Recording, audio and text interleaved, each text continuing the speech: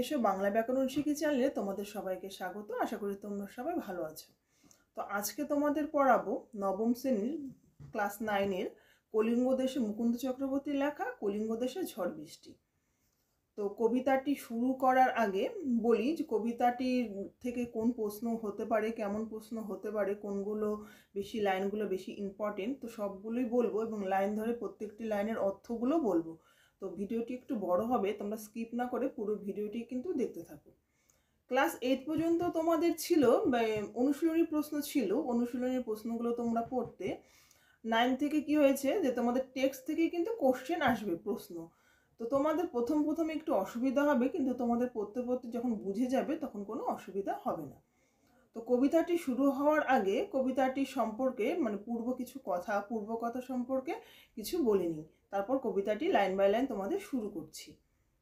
কলিঙ্গ দেশে ঝড় বৃষ্টি মুকুন্দ চক্রবর্তীর লেখা চণ্ডীমঙ্গল কাব্যের আখেটি খণ্ড থেকে নেওয়া হয়েছে। আখেটি খণ্ডের কলিঙ্গ দেশে ঝড় বৃষ্টির প্রারম্ভ উপাখ্যান থেকে নেওয়া হয়েছে কবিতাটির উৎস। তো কবিতাটি শুরু হওয়ার আগে চণ্ডীমঙ্গলের একটি কাহিনী আছে, সেই কাহিনীটি তোমাদের প্রথমে বলছি। কবিকঙ্কন মুকুন্দ চক্রবর্তী রচিত চণ্ডীমঙ্গলের আখেটি খণ্ডের কাহিনীতে ধর্মকেতুর পুত্র ছিল কালকেতু। তো কালকেতু ছিল শিবভক্ত নীলাম্বর, সে খুব শিবভক্ত ছিল। তো দেবী চণ্ডীকে মর্তে নিজের প্রচারের উদ্দেশ্যে সে শিবকে কি করে অনুরোধ করে, এবং শিব কি করে সেই কালকেতুকে অভিশাপ দেয় এবং তাকে মর্তে পাঠায়। মর্তে পাঠানোর পর কালকেতু কি করে, কালকেতু পশু শিকার করতো, সে পশু শিকার করে এনত এবং কালকেতুর স্ত্রীর নাম ছিল ফুল্লরা। কালকেতু পশু শিকার করতো, পশু শিকার করতে করতে সে আস্তে আস্তে অনেক পরাক্রমশালী হয়ে ওঠে। পশু শিকার করে আনতো, আর সেই পশু চামড়া মাংস সেগুলো হাটে বিক্রি করে ফুল্লরা তাদের এভাবে সংসার কাটতো। তো এভাবে আস্তে আস্তে পশু শিকার করতে করতে সে কি করছিল, সব বনের পশু আস্তে আস্তে সব শিকার করে নিচ্ছিল, সে নিধন করে নিচ্ছিল, শেষ হয়ে যাচ্ছিল। তো দেবী চণ্ডীর কাছে বনের পশুরা সবাই শরণাগত হয়, সব পশু মারা যাচ্ছিল দেখে। তখন দেবী চণ্ডী একদিন কালকেতু যখন শিকার করতে যায়, তখন দেবী চণ্ডী কি করেন, সেই সব বনের পশুদের লুকিয়ে রাখেন, এবং যখন বনের কোনো পশু পেল না, তখন যখন শিকার না পেয়ে কালকেতু মনের দুঃখে বাড়ি ফিরছিল, তখন পথে সে একটি স্বর্ণ গধিকাকে দেখতে পায়। স্বর্ণ গধিকা ছিল দেবী চণ্ডী, স্বর্ণ গধিকা রূপ ধারণ করেছিল। তখন সে তাকে কি করে ধরে নিয়ে এসে বাড়িতে বেঁধে রাখে। তো ফুল্লরা ভাবে যে সেই গধিকা থেকে কি করে একটা রমণীর মূর্তি ধারণ করে, সুন্দর রমণীর মূর্তি ধারণ করে। তো ফুল্লরা প্রথমে ভাবে যে কালকেতু মনে হয় কোনো তাকে সতীনকে কোনো তার কালকেতু হয়তো তাকে বিয়ে করবে দেখে তার সতীন ঘরে নিয়ে এসেছে। তারপর দেবী কালকেতুর কাছে গিয়ে কি করে, ফুল্লরা অভিযোগ জানায়। তারপরে দেবী চণ্ডী কি করে, অনেক রূপ দেখিয়ে তাদেরকে দেবী চণ্ডীর রূপ দেখায় কালকেতু ফুল্লরাকে, এবং তাদেরকে কি করে 7 ঘড়া ধন দেয়। সেই ধন দিয়ে তারা কি করে গুজরাট নগর স্থাপন করে। কিন্তু শুধু নগর স্থাপন করলে তো হবে না, সেখানে প্রজা থাকতে হবে, কিন্তু সেখানে কোনো প্রজা ছিল না, সে প্রজার অভাব দেখা দেয়। তখন কি করে, তারা আবার দেবী চণ্ডী শরণাপন্ন হন। তখন দেবী চণ্ডী কি করেন, যে গুজরাট রাজ্যের যে পার্শ্ববর্তী রাজ্য কলিঙ্গ, সেই কলিঙ্গ দেশে কি করেন, প্রচণ্ড ঝড় বৃষ্টির ইন্দ্রের সাহায্যে সেখানে কি করেন, মেঘের এবং বজ্রের দ্বারা 7 দিন ধরে প্রচণ্ড ঝড় বৃষ্টি শুরু করে দেন। এত ঝড় বৃষ্টি, এত বিপর্যয় থেকে বাঁচতে সেই কলিঙ্গর অধিবাসীরা কি করে, সেখান থেকে পালিয়ে কলিঙ্গর যে পার্শ্ববর্তী রাজ্য সেখানে গুজরাটে আশ্রয় নেয়। তো সেখান থেকেই যে কলিঙ্গ দেশে যে 7 দিন ঝড় বৃষ্টি হয়েছিল দেবী চণ্ডীর নির্দেশে বা তখন আদেশে, তো সেই ঝড় বৃষ্টিটাই 7 দিন ধরে যেটা হয়েছিল সেটাই আমরা পাঠ্য কবিতাতে পড়ব। 7 দিন ধরে যে ঝড় বৃষ্টির বর্ণনাটা হয়েছিল, ঝড় বৃষ্টির যে বর্ণনা, সেটি আমাদের পাঠ্য কবিতায় রয়েছে। তো প্রথম লাইনের আছে কি, মেঘে কইল অন্ধকার দেখিতে পাহে না কেউ অঙ্গ আপনার। কোথায় ঝড় বৃষ্টিটা হচ্ছে, সেই কলিঙ্গ দেশে। চারদিকে মেঘে এত অন্ধকার যে কেউ কারো শরীর, নিজের শরীরটাকেই দেখতে পারছে না। ঈশানে উড়িল মেঘ সঘনে চিকুর। ঈশান মানে কি, তোমরা প্রত্যেকটা লাইনে যে ওয়ার্ডগুলো কঠিন সেটার নিচে কিন্তু তোমরা মানেগুলো লিখে নিতে পারো।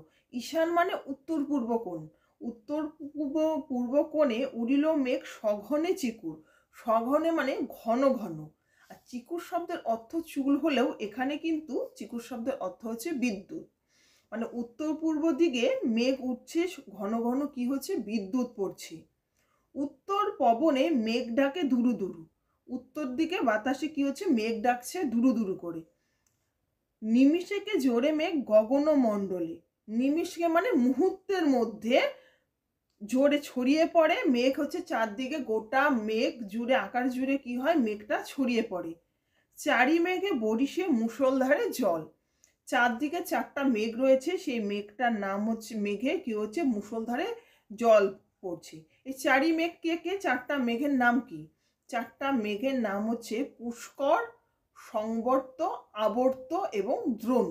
তা আমি আবার বলছি, চারটা মেঘের নাম পুষ্কর, সংবর্ত, আবর্ত এবং হচ্ছে দ্রোণ। কলিঙ্গ,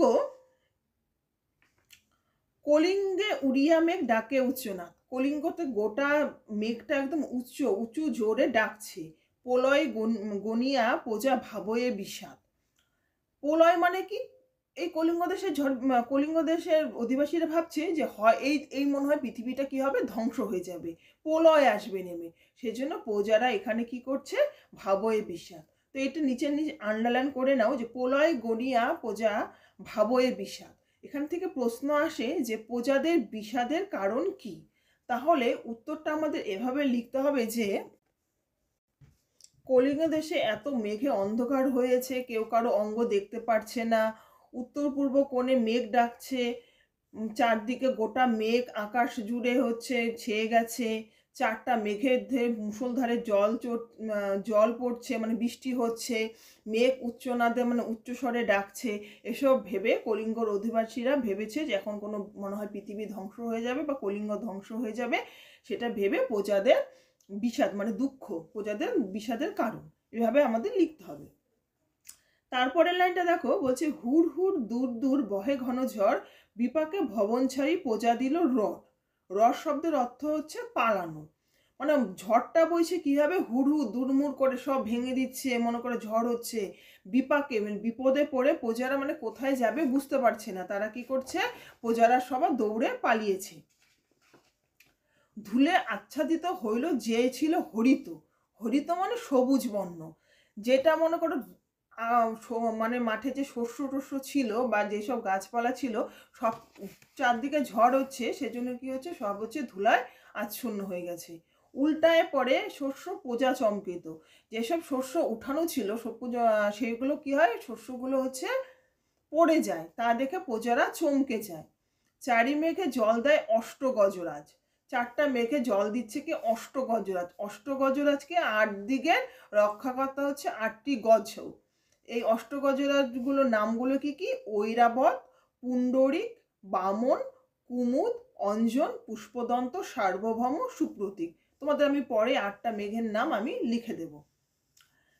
তারপরে সঘনে চিকুর পড়ে ব্যঙ্গ তরকাবাজ। সঘন মানে ঘন ঘন পড়ছে, চিকুর মানে কি বিদ্যুৎ পড়ছে। কেমন, ব্যঙ্গ তরকাবাজ মানে ব্যাং, ব্যঙ্গ মানে ব্যাং, ব্যাং যেমন করে লাফায় তেমন ভাবে কি হচ্ছে, বিদ্যুৎগুলো পড়ছে। করিকর সমান বরিশে জলধারা। করিকর সমান অর্থ কি, করিকর কথার অর্থ হচ্ছে হাতির সুর। হাতির সুরের মতন করে এত উঁচু কি হচ্ছে, বৃষ্টি হচ্ছে, মানে বরিশে জলধারা, জলধারা বইছে। জলে মহি একাকার পথ হইল হারা। মহি মানে কি, পৃথিবী। জলে হচ্ছে চারদিকে থই থই হয়ে গেছে, কোন দিকে পথ বোঝা যাচ্ছে না, জল স্থল একদম মিশে গেছে।